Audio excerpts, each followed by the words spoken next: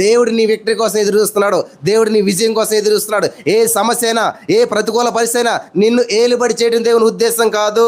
హల్లెలూయా. నేను ఈ లోకాన్ని జయించి ఉన్నాను. ఆమేన్. మనం ఎవరంట? జయించువాని బిడ్డలం.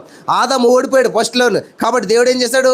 దేవుడే వచ్చి మళ్ళీ ఆయన జయించి చూపించి మాదిరించి మీరు కూడా జయించండి అని చెప్పి ఆ ప్రకటన గ్రంథంలో చెప్పాడు అనమాట. జయించు వానికే జీవ కిరీటం, జయించు వానికే జీవవృక్ష ఫలాలు భుజింపనిస్తాను, జయించు వాన్నే నా దేవాలయంలో ఒక మూల స్తంభంగా నిలబెడతాను. ఆమేన్. ప్రతి దేవుడికి ఇస్తున్నాడు దేవుడు. మీరు ఇన్ని చూశారు కదా మ్యాచ్లో, క్రికెట్ మ్యాచ్లో రన్నింగ్లు అన్నీ gold medal, silver medal, bronze medal అని ఉంటాయి. ఎవరికి ఇస్తారు? చూసి వాళ్ళకి ఇస్తారా? ఆడేవాళ్ళకి ఇస్తారా?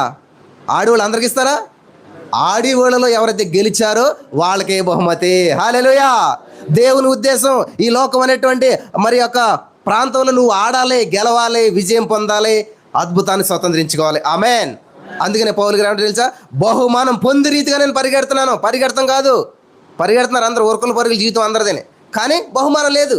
మనం ఎలా పరిగెట్టాలంట?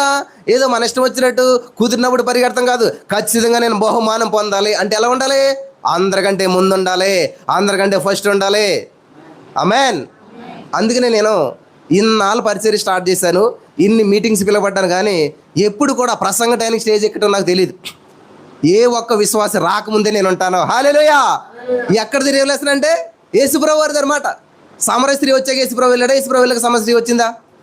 మరి ఇప్పుడు అలా కాదు, సంఘం అంతా వచ్చాక పాస్టర్ వెళ్తారు కదా. కానీ దేవుని యొక్క రెవల్యూషన్ ఏంటి? దేవుని యొక్క ప్రత్యక్షత ఏంటి? ఆయన ముందు ఉన్నాడు, తర్వాత విశ్వాసం వచ్చింది. హల్లెలూయా. హల్లెలూయా. దేవుణ్ణి అనుసరించే వాళ్ళు కొన్ని అనుసరిస్తారు, అన్ని అనుసరించాలి. దేవుడు ఎలా చేశాడు? శోధన వచ్చినప్పుడు ఏం చేశాడు? శ్రమ వచ్చినప్పుడు ఏం చేశాడు? మరి సువార్త చేసినప్పుడు ఏం చేశాడు? బైబిల్ గ్రంథంలో దేవుడు ఎక్కడ ప్రార్థన చేసినట్లేదు. కానీ ఇప్పుడు చూడండి, మీదే సమస్య రండి, మేము ప్రార్థన చేస్తాం. యేసు ప్రభువు ఎవరికైనా ప్రార్థన చేసినట్టు చూపించారు మీరు కొత్త నిబంధనలను? ఏ రోగి కన్నా ప్రార్థన చేశాడా? ఏ కుష్ఠవ్యాధి కన్నా ప్రార్థన చేశాడా? ఎవరికన్నా ప్రార్థన చేశాడా? మరి ఏం చేశాడు? లేచి నీ పరుపెత్తుకుని వెళ్ళు, శుద్ధుడు కమ్ము, వెళ్ళు కళ్ళు కడుక్కో. ఏమంటారు వీటిని?